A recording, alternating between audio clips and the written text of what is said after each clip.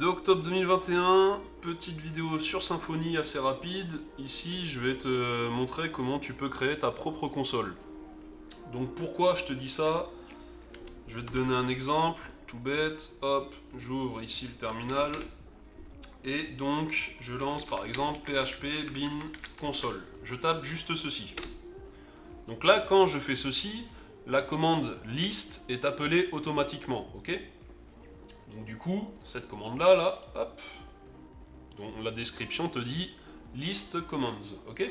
Donc on voit qu'on a toutes ces commandes, hein, donc les commandes Symfony de base, avec le maker et compagnie, les commandes doctrine, etc.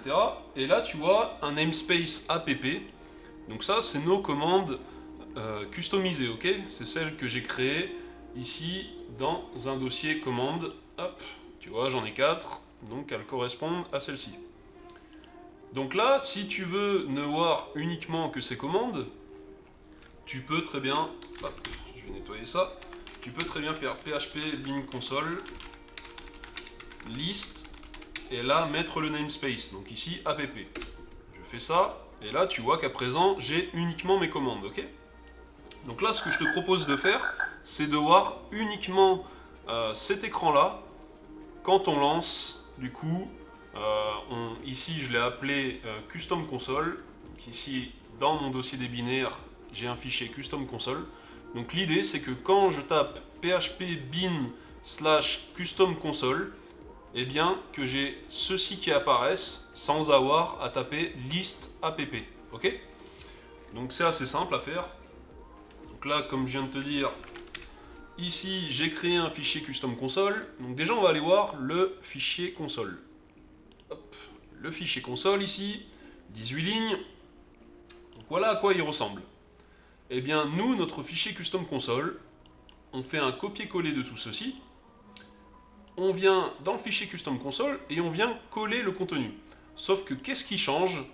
C'est en ligne 5 ici, au lieu de faire appel du coup à la classe application présente dans ce namespace là, donc présent dans Vendor, hein, eh bien nous, du coup, ce qu'on va faire, du coup, cette classe ici est appelée ici en ligne 16, ok? On en fait usage en ligne 16.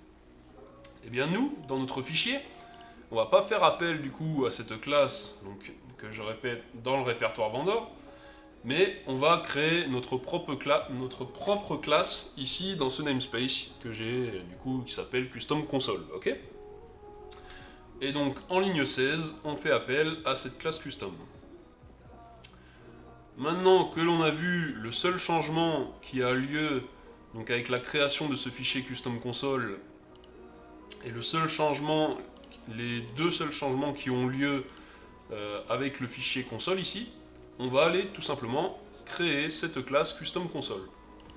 Donc du coup, je me rends dans src, dossier custom console et j'ai ma classe customconsole.php. Ok, je l'ouvre.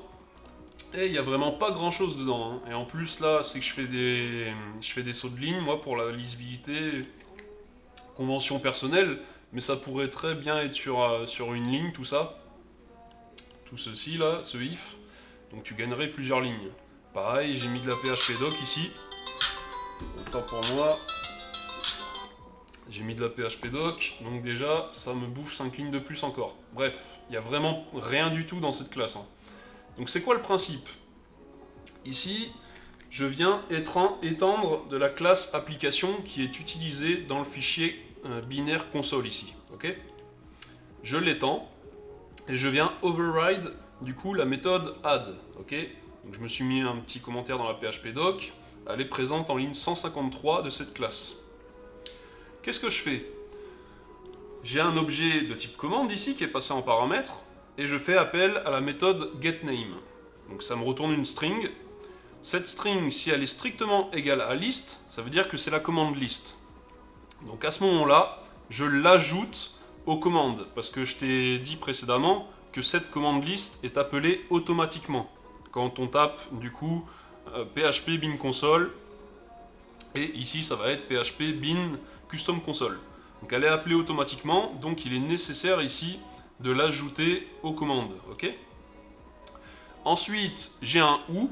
Donc si jamais ce n'est pas strictement égal à list, du coup le retour de getName, eh bien on va vérifier tout simplement que getName débute avec le préfixe app 2 points. Donc app 2 points, c'est tout simplement une convention, donc c'est recommandé de préfixer tes commandes personnelles avec app 2 points pour différencier de celles de Symfony, donc les commandes natives de Symfony.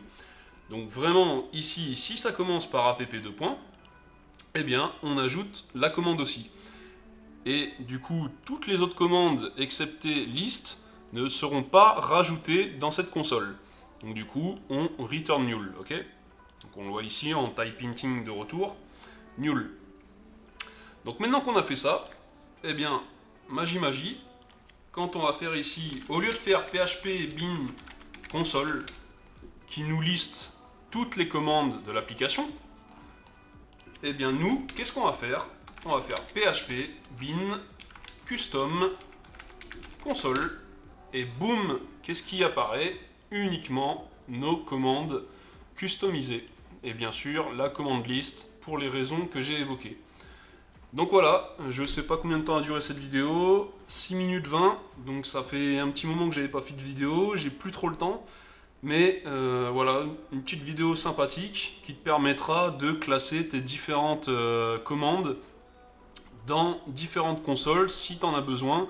Donc là, notamment ici dans cet exemple, j'ai uniquement 4 commandes custom, mais il se pourrait que tu en aies des dizaines et des dizaines, et que du coup, pour t'y retrouver plus facilement, sans avoir à naviguer dans le namespace app, eh bien que tu veuilles créer ta propre console de ce genre. Allez, sur ce, je te dis à la prochaine.